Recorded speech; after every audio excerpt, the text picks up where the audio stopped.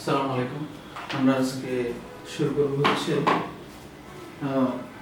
বীজগণিতের অধ্যায় 4-এর 4.1 বর্গ নির্ণয়। আমরা গত ক্লাসে অনেক কিছু দেখছিলাম। আজকে আমরা দেখব হচ্ছে জাস্ট 108। এটা আমরা বর্গ নির্ণয় করবো কথার কথা।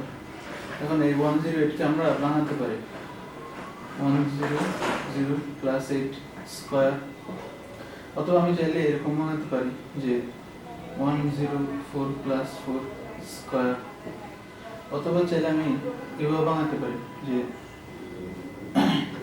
102 + 6 স্কয়ার। এখন সেটা ডিপেন্ড করবে যার যার উপরে।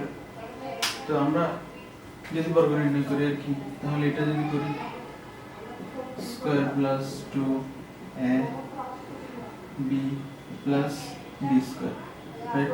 তাহলে 100, এটা ডাবলটা হবে 16 64।